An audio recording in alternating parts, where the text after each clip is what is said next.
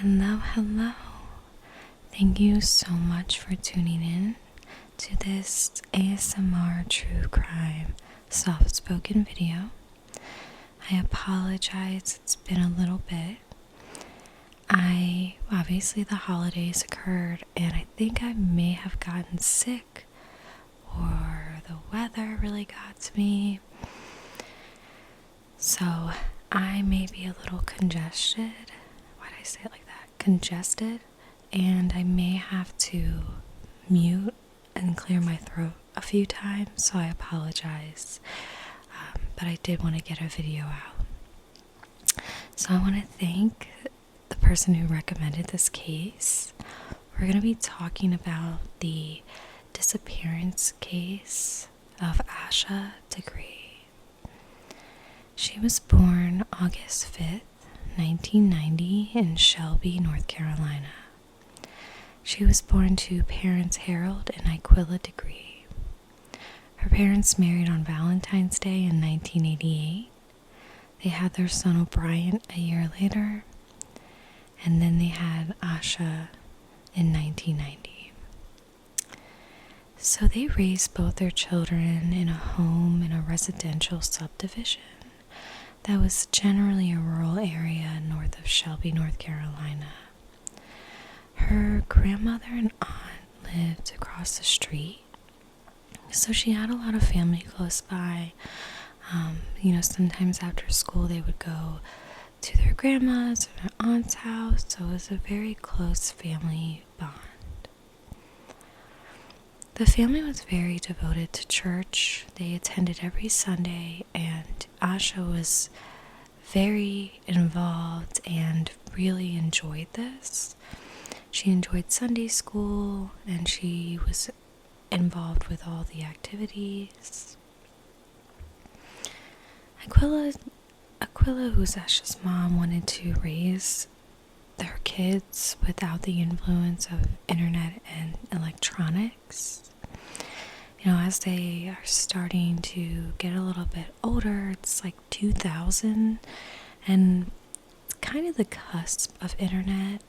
I wouldn't say it was a lot, but it was definitely starting to get in there. So she was really trying to be cautious about her kids being safe from outside influences. So both parents worked jobs nearby. The kids did let themselves in after school, and the parents expected them to do their homework and kind of finish up by the time they got back.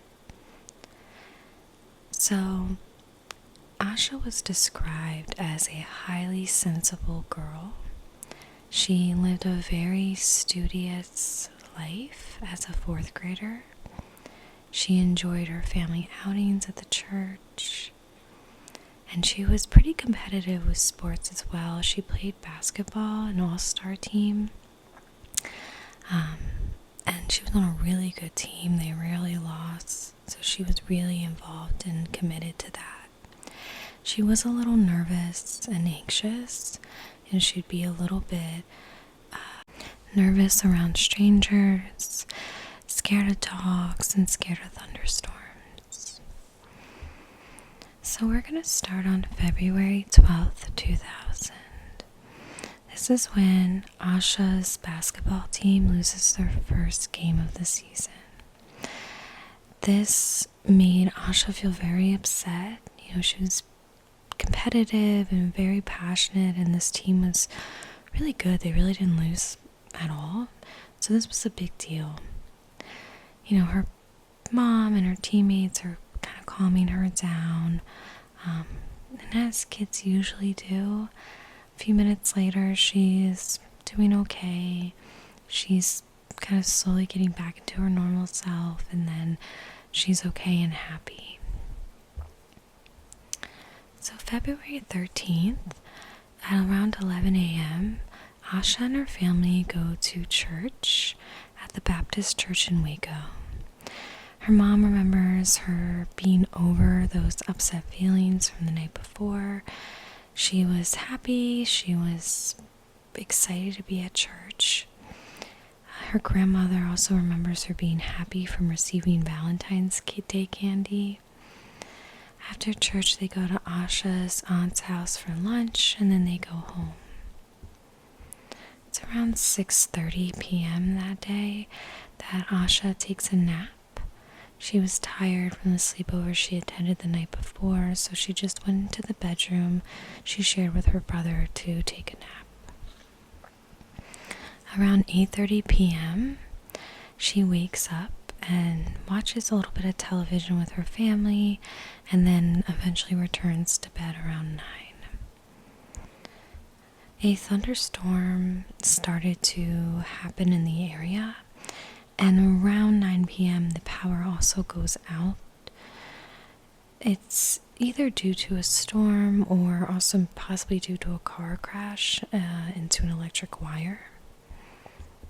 So because of the power outage, their father stays up a little bit just to check in and make sure it turns back on. And it's not until 12:30 a.m. that the power is restored. So at that time, Asha's father checks in on both children who are in the same room and sees that both are sleeping in their bed. And then again at 2:30 a.m., he just checks in on the children one more time and then goes to bed. So it is around sometime between 2:30 and 3:30 that Asha gets up from her bed and leaves the home. Her brother O'Brien, who was in the same room, reports that he had heard Asha's bed squeak sometime during the night, but figured she was either rolling over or going to the bathroom, so he didn't get up. He didn't even open his eyes. You know, I'm sure sharing a small room, you just kind of tune out little noises like that, but he really didn't know what time it might have been. He's also 11, so it's believed by police that she left on her own accord. You know, there's notice that when she left, she leaves with a black book bag, a pair of blue jeans, a red striped black sneakers. I read that wrong, I apologize. A pair of blue jeans with a red stripe, black sneakers, and a long-sleeved white shirt with purple lettering, a red vest with black trim, a black purse with Tweety Bird on it, and a long-sleeved black and white shirt.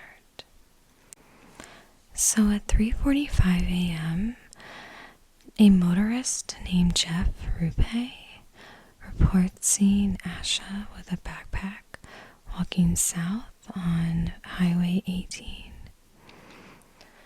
He then turns his 10-wheeler around after passing her because the sight of seeing a very young girl walking at that time of day with the weather was very strange. After he passes her a second time, he's trying to observe her, seeing if there's anything going on.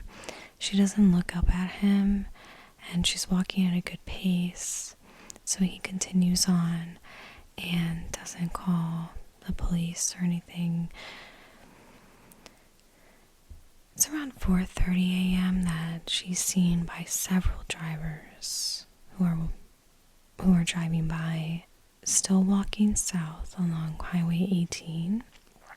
This is approximately 1 mile from her home, and this is towards the city of Shelby. Again, the weather is very bad at this point. It's cold, it's raining heavy, and she's not wearing a coat, a hat, a scarf, or gloves. So again, all these drivers see her, but no action was taken at that time. There is a potential witness seeing her get into a car. It was thought to be a Lincoln Mark or a Ford Thunderbird with rusted wheels. I don't know if this sighting is credible, but there is some reports that this may have been Asha getting into a car. At 5:45 a.m., Aquila wakes up. She starts her day. She usually wakes up about 45 minutes earlier than the kids. They usually wake up around 6:30 to get ready for school. So at 6:30, both the parents go in to wake up Asha and her brother. When they go in, they notice that Asha is not in her bed. There's no sign of forced entry or indication where she gone. They check downstairs, they check every closet, the cars, and at this point they recognize she's not at the grandmother's, the aunts, and then they begin to panic. I cannot even imagine that feeling. At 6:39 a.m., Asha's father calls 911. The call lasted 2 minutes and 40 seconds. He tells the operator that he went to wake her up for school and noticed she wasn't there. Her backpack and pocketbook were missing from the home, and he also says her brother did not hear Asha leave the room. At 6:40 a.m., the first police officers arrive, and within 3 minutes, the sheriff and other officers arrive at the home too. They get pictures, they search with canine units, and they are unable to find a scent. They are at this point looking everywhere for her in the neighborhood. And then at this point, Asha's mom also mentions to the police that she was upset about the basketball loss that weekend. It was February 14th when the motorists hear about Asha's disappearance on television, and they contact the police. On February 15th, 2000, some of Asha's belongings are found.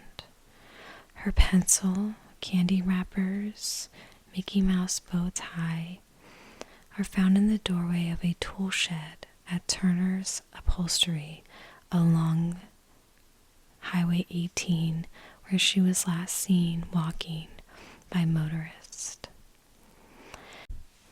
So by February 20th, law enforcement and over 100 volunteers had searched for Asha. The full-scale search involved horseback riders, people on foot, search dogs, emergency response teams, and the highway patrol helicopter. The large-scale search did not lead to any additional details. At this point, they searched for 9,000 hours, and police suspended the search for Asha in the area surrounding her home. They state that they had searched the area so extensively and they believe she was not in that location. I feel like 70s isn't a lot. It's not till August 3rd, 2001 that there's a break in the case. Asha's black and beige backpack, which had her name and telephone number written on it, is found by Terry Fleming, a construction worker digging an access road for a new home in Burke County. The backpack was buried and found less than 50 yards from the Highway 18, and this was approximately 26 miles from her family's home. The bag was double wrapped in black plastic trash bags, and inside the backpack was a New Kids on the Block t-shirt, a McElligot's Pool by Dr. Seuss. These two items did not belong to Asha. The bag was sent to a federal lab in Virginia for testing, but the results were never released. There were some media sources at the time that indicated there may have been a convicted sex offender in that area, but police never found evidence linking him to Asha's disappearance, nor did they find any additional evidence.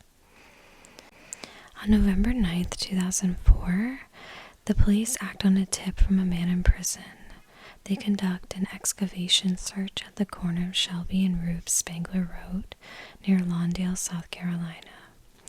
They found bones which turned out to belong to an animal. They also found a pair of men's khaki trousers. This dig site is approximately 6 miles from Asha's home, but it produces no leads. In 2010, a prisoner claims involvement in Asha's case, but again, this leads to no breaks or really true leads in this case. It's in 2015 that they reopen this case and really look at it from top to bottom. This generates a total of 350 leads, 45 of which have developed in that year. In 2020, Marcus Mellon, a prison inmate, writes a letter stating that he knows what happened. He states that Asha was killed and buried, and that he knows how she was killed and where to find her. Later interviews with Mellon and other inmates revealed no legitimate developments in this case. On February 14th, 2021, the FBI makes a comment to the media that they are still actively investigating the case and that they continue to have regular meetings, generate and follow new leads, and utilize new technology that didn't exist at the time. So now we'll go a little into the theories of this case. First, starting off with some of the odd things about it. It was storming the night that she disappeared, and she was apparently afraid of storms. She's also 10 years old walking through this, and according to the driver, it was a raging storm, so it was a lot for a little girl to be walking through. There's also the contents of that backpack that was pretty mysterious. There are some accounts that the book was from Asha's school library and that it had not been checked out by Asha, but the police are pretty tight-lipped about this. Asha's parents say they've never seen the contents of this shirt or the book before, so it's really strange. I also find it weird that no one has come forward saying those are their items or anything like that. So many people believe that she had been lured out of her home by someone because there was no real reason for her to run away, especially going into that storm. There had been those reports of her being very upset by the basketball game, but the idea that she would have run away because of that just seems a little off. So interestingly enough, in school she had apparently read the book called The Whipping Boy by Sid Fleischman. This book tells the story of a young boy who runs away from home. So some people think there may be a connection that she was motivated by this book for some reason to run away. The biggest ideas around this case are that the disappearance was either from a crime of opportunity, that someone had seen her walking in the middle of the night, or she was meeting someone. There's a lot of speculation about the church and possibly her meeting someone from the church. That's really where she was mostly heavily involved and most comfortable to talk to people. Most people connect the church to safety, and that unfortunately sometimes is not always the case, as people take advantage of children in that setting. So there may have been someone that she was possibly meeting, and that was enough for her to be willing to go through that storm to walk and meet them. Some believe that there may have been someone who approached her about a surprise celebration that had to do with her parents' anniversary. So her parents' anniversary was on Valentine's Day, the same day she disappeared. And there may have been someone who said to her, pack up your book bag, grab some things, not much, but just a little bit, and be discreet, and meet me here, and I will get you something. I will take you somewhere to go get a surprise for your parents' anniversary. There had been a case that did happen where someone had called the little girl and said that their mom got a promotion at work and she was lured out of the home for that reason. So, some people, though, kind of poke at this idea because they feel that a groomer or an abductor or a predator would not have necessarily made her walk so far because of the risk of her being seen, because of people driving by. Some people think that someone luring her out doesn't make sense either. To me, the thing that really gets me is the fact that there was some point that she may have sat in the shed in the woods and maybe ate some candy and just took a break out of the rain. But then it's also weird that she left things behind before continuing to walk. So I'm thinking maybe she met someone in the shed. That was maybe their meeting spot. And they were sitting there and then something happened and some of her contents were left behind. The other thing is with the backpack that was found in the trash bag later on. How did it get there? It's miles away from her home and it had contents that were not hers. So, it's the idea that did someone maybe pick up this backpack and start using it, but then why would it have been disposed in such a way? So it's also, a little suspicious that it had been disposed in a trash bag buried. If you would have picked up a random backpack and started using it, it wasn't yours, you may have just thrown it out or whatever. Then again, maybe someone saw the news and kind of got scared that they had found this backpack and were using it and disposed of it. There was also a possible link of another similar trash bag found around the area that hers was found a little bit farther out. And then maybe there's a connection of, these backpacks being disposed. So, there are a few a little bit out there leads that I'm just going to quickly discuss. I don't think they are completely accurate, so we have to take some of these with a grain of salt. Someone was saying that they kind of thought that there may have been possibly somebody who was helping Asha get out of a situation. So there may have been signs of abuse, like maybe in the church or at school, and a relative or a family friend was concerned and started telling the parents, who did not do anything about it. So that family friend or relative may have helped her get out of that situation and, taken her somewhere to get out of it.